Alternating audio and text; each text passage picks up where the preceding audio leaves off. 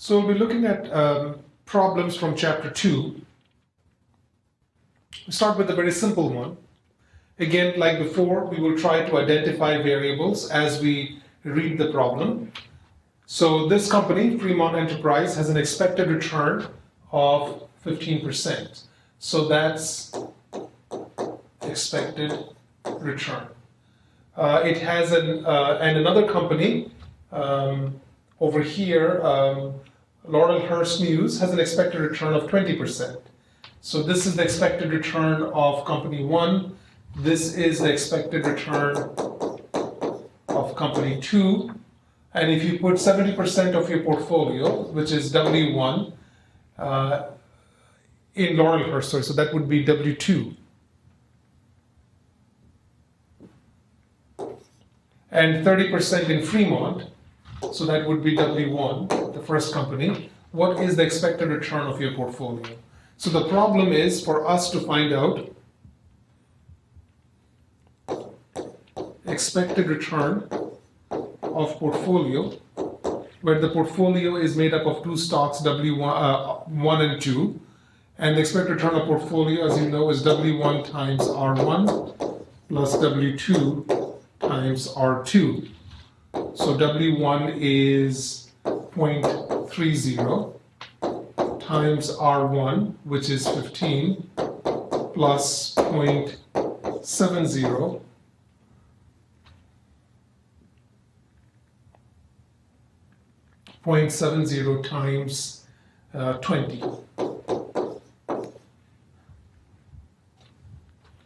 So that would be 18.5%.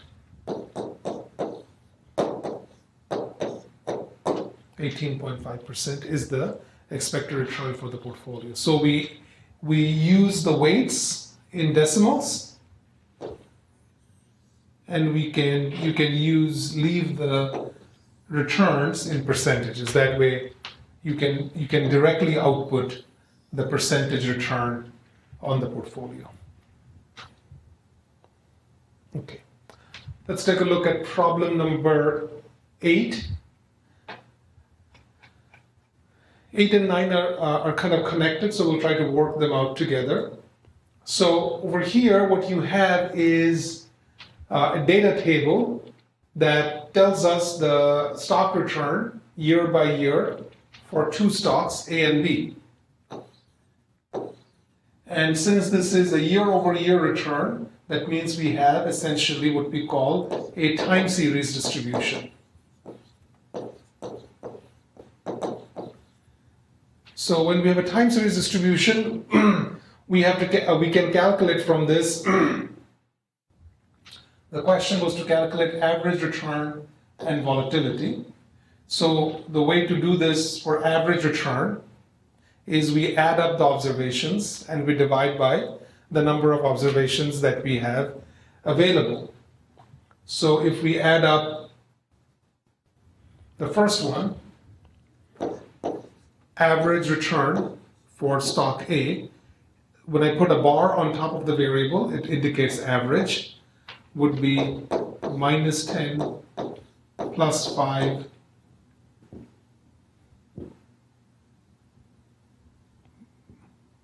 minus 10 plus 20 plus 5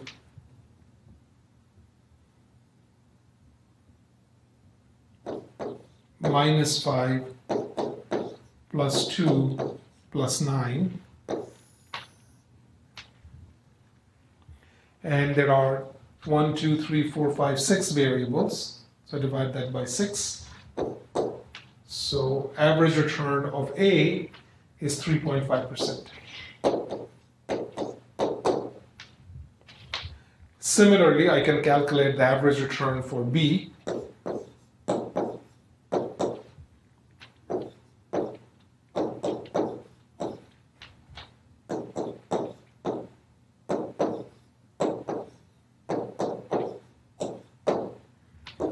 Divide that by 6, and the average return for B is 12%.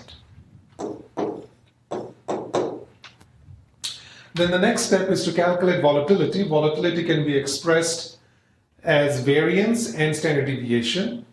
So we have to get to standard deviation, we have to get variance. So we'll start with variance and then get to standard deviation. And the way we can do it is essentially extend this into a table format. So over here, what we calculate is going to be the return on stock A minus the average return on stock A. So let me write this.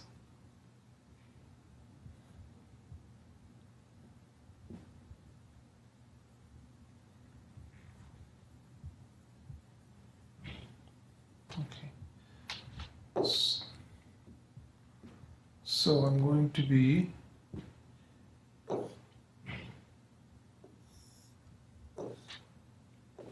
so the first part would be RA minus the average of RA.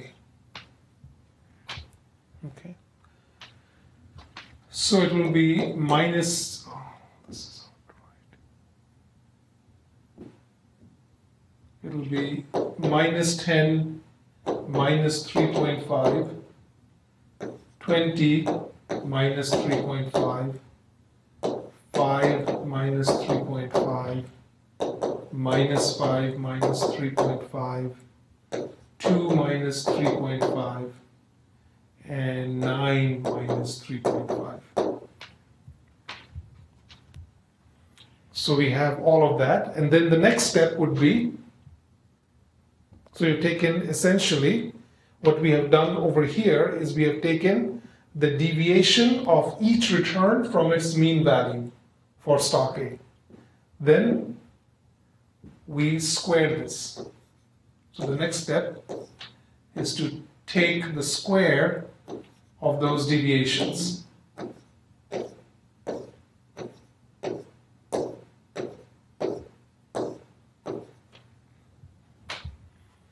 Okay. And then we are going to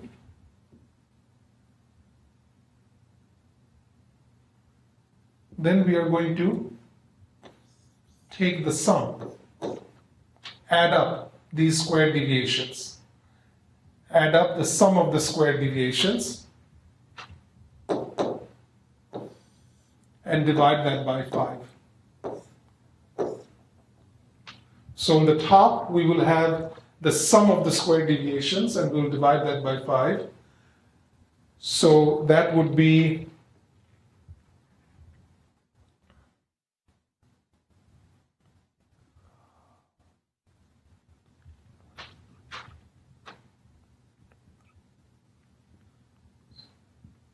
So that would be 562 divided by 5, and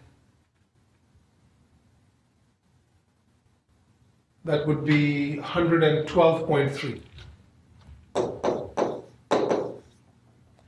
This 112.3 represents the variance of stock A. And to get now the standard deviation, sigma of stock A would be the square root of the variance of stock A, and the square root of sigma A would be 10.6. 10.6%. And we will engage in a similar process for stock B. So we'll take the deviation of each of these numbers from its mean value, then we will square the deviation, then we will add up all of the squared deviations and divide all of the sum of the squared deviation by 5. 5 over here is n minus 1. There are 6 observations. We divide that by n minus 1, accounting for the 5 degrees of freedom that we have. So we divide that by n minus 1 and then take the square root of that number to give us standard deviation for this stock. So if you do this for stock B, sigma B calculates out to let's see, 15.65. 15.65%.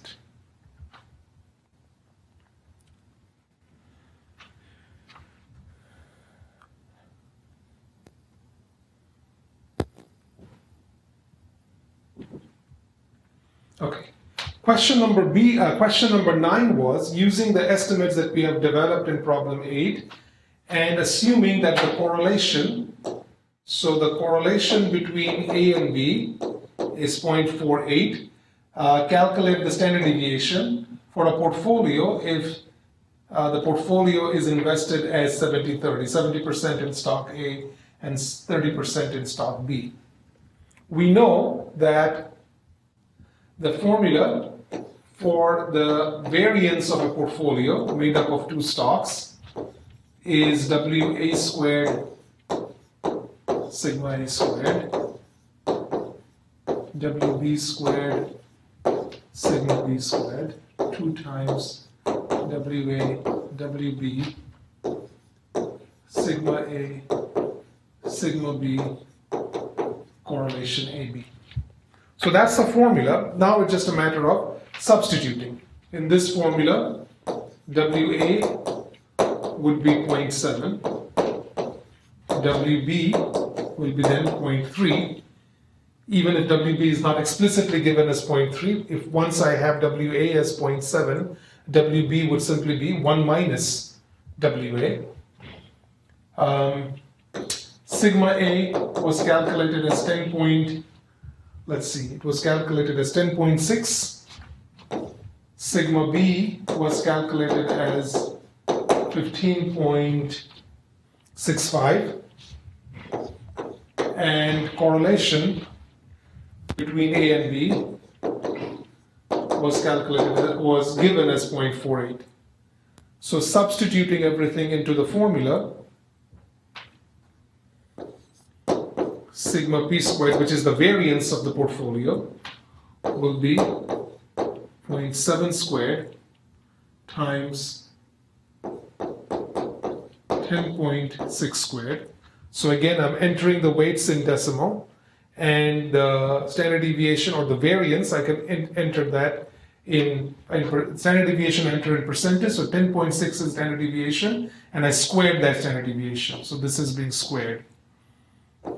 Plus 0.3 squared times 15.65 squared, 2 times 0.7, 0.3, 10.6, 15.65 times 48. So instead of being overwhelmed with these numbers, break it down and do it step by step. Step number 1 will be to take the square of this and then multiply that by the square of 10.6. So you can use your calculator. So it will be 0.7 x squared here, which is 0.49. Write it down by steps. That way you will not make a mistake. 0.49. And over here we have 10.6. I'm going to square that. That's 112.36.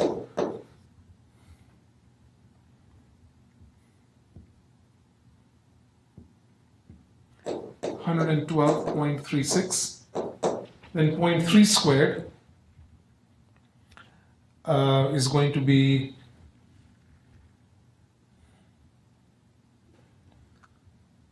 0.3 squared, 0.09 times 15.6 squared,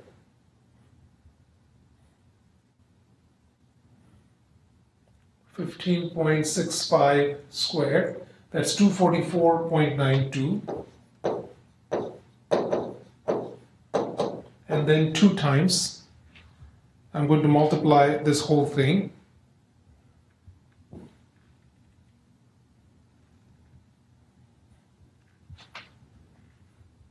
So it's 2 times 0.7 times 0.3 times 10.6 times 15.65 times 0.48. So that's 33.44.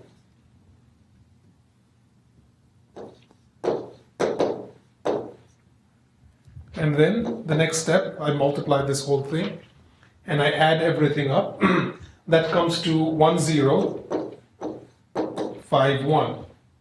This 1051 represents the variance of the portfolio. Now to calculate standard deviation of the portfolio, I will take the square root of the variance, and square root of 1051 is 10, no, sorry, I made a mistake. Variance is not going to be 10.51. Variance is going to be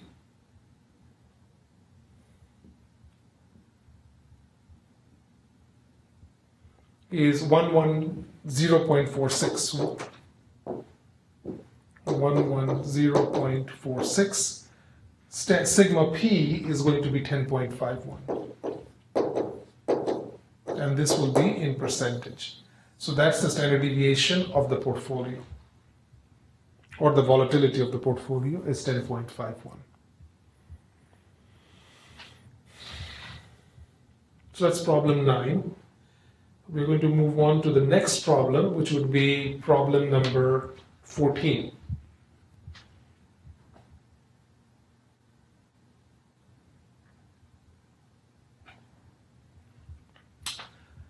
Over here, what we have, again, let's represent the variables, identify the variables. We have that the correlation between Johnson & Johnson and Walgreens is 22. So that's my correlation coefficient. And we have the standard deviation and return, standard deviation and expected returns for the two stocks. So we have R1 and sigma 1, R2 and sigma 2. What is the expected return of the portfolio? Expected return for the portfolio is W1 R1, W2 R2. So where are our W1s and W2? That information is here. It says the portfolio is equally invested. That means W1 equals W2 equals 0.5. Because always, relationally, W1 and W2 would have to add up to 1. So this would be 0.5 times R1, which is 7, 0.5 times R2, which would be 10. So that would be 8.5%. And then sigma P squared, I will do it in two steps. I first want to do sigma P squared, and then I want to take the square root of that to get the standard deviation. So that would be W1 squared, sigma 1 squared, W2 squared, sigma 2 squared, plus 2 W1, W2, sigma 1, sigma 2, correlation 1, 2. So it's equally invested, so it's 0.5 squared. Sigma 1 is 16. So sigma 1 squared would be 16 squared.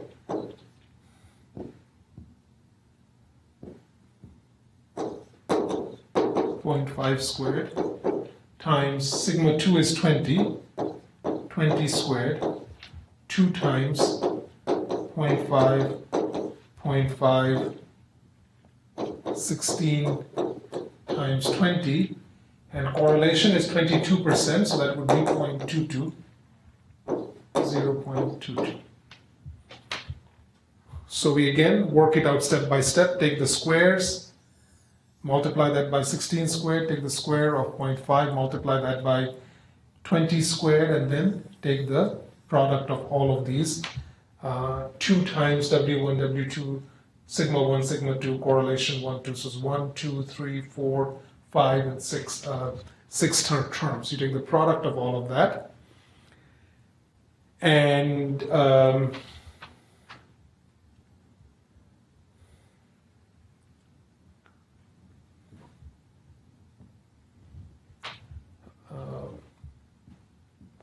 the square, the sum of all of that comes out to 198.81. I will then take the square root of 198.81. Square root of 198.81 will give me 14.1%.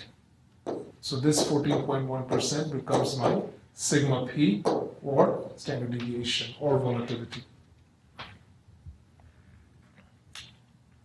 So that's problem 14. Let's go to problem number 22.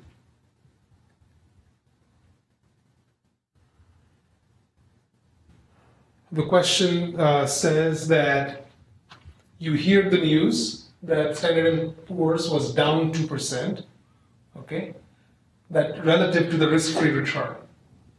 So that means the change in the return on the market minus the risk-free rate of return. It's the change, it's the delta, that's negative 2%. And you have investment in Zynga, which has a beta of 1.4. So beta is 1.4. What is your best guess of Zynga's excess return today? Again, excess return is defined by the difference of the return from its risk-free rate of return.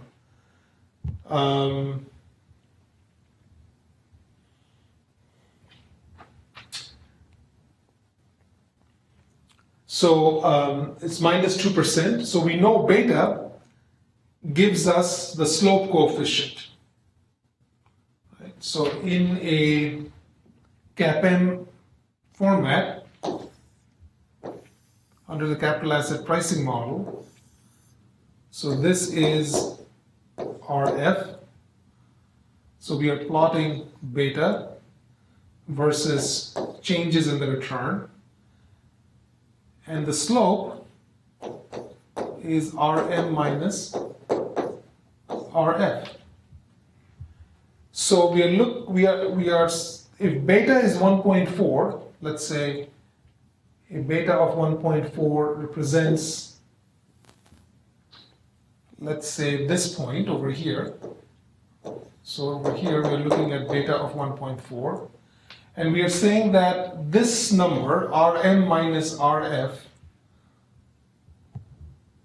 changes by minus 2%. That means the slope changes by minus 2%. What would happen to the excess return on your stock? That means if the slope changes by that, of course what would happen is your stock return is going to drop. Because previously it was here, now it would drop down to here. That would be the change. And approximately that change would be then minus 2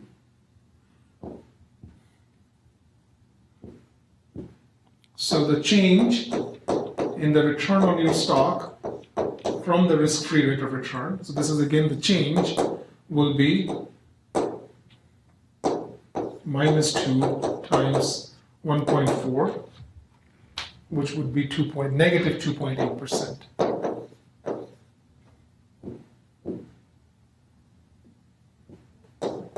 Negative 2.8%. And same thing we can do for part B. For part B, it would be delta Rn minus Rf. It will be negative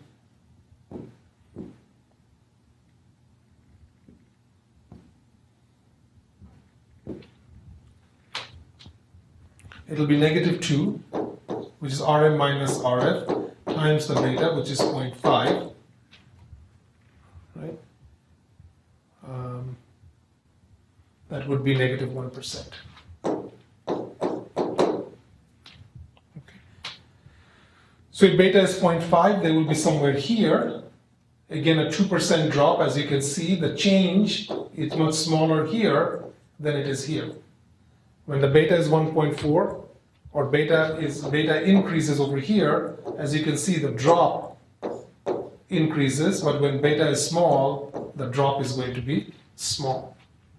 So that's what's reflected over here, negative 1% versus negative 2.8%.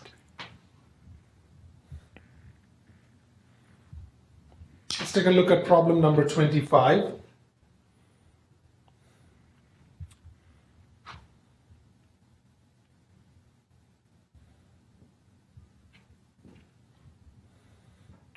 So we have a risk-free return of 4%.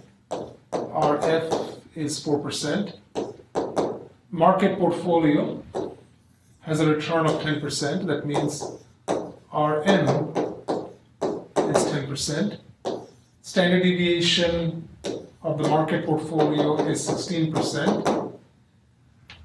Johnson & Johnson has a beta of 3.2. So beta for the stock is 0.32. What is its expected return?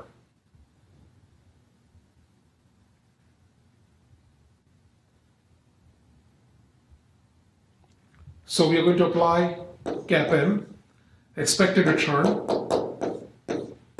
is going to be the risk-free rate of return times beta, market return minus the risk-free rate of return. So that's 4% plus beta of 0.32. Our M is 10% minus 4%. So that works out to 5.92%. So that's this is a problem that is a direct application of this is our capital asset pricing model.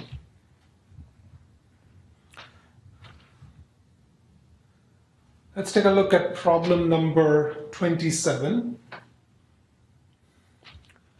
EGH has a beta of 1.2 and CSH has a beta of 0.6, so that's our beta 1, beta 2, and another company has a beta of 1.0, so that's our beta 3. If you put 25% of your money, 25% here and 50% here, so that's your W1, W2, and W3, what's the beta of your portfolio? Beta of your portfolio is always going to be the weighted average of the betas of your individual stock from I equal 1 to n. In this case, it would be W1 beta 1, W2 beta 2, W3 beta 3. So W1 is going to be 0.25, beta 1 is 1.2, W2 is going to be 0.25, beta 2 is 0.6, and W3 is going to be 0.5, and beta 3 is 1.0. So the sum of the three products, right? So once you do the math, it comes out to 0.95.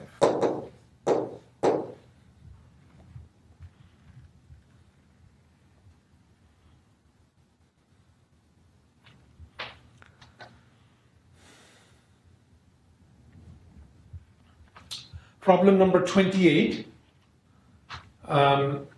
gives us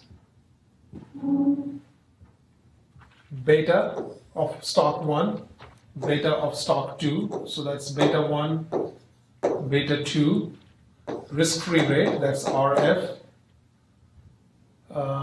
market return, RM, portfolio consists of W1 of 60%, W2 of 40%. What will be the portfolio's return according to CAPM? So the first thing we have to do is find out beta of the portfolio. Beta of the portfolio is going to be 0.6 times beta 1, which is 2.16, plus 0.4 times beta 2, which is 0.69.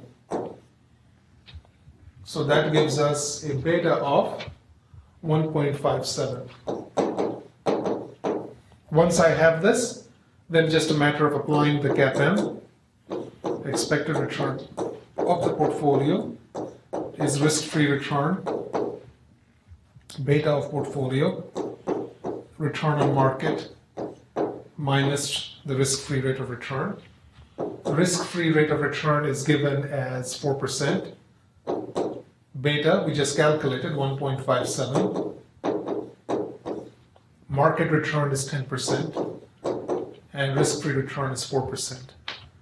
So 4 plus 1.57 times 10 minus 4, that's 13.43. 13.43%. So that completes the problems on chapter 12.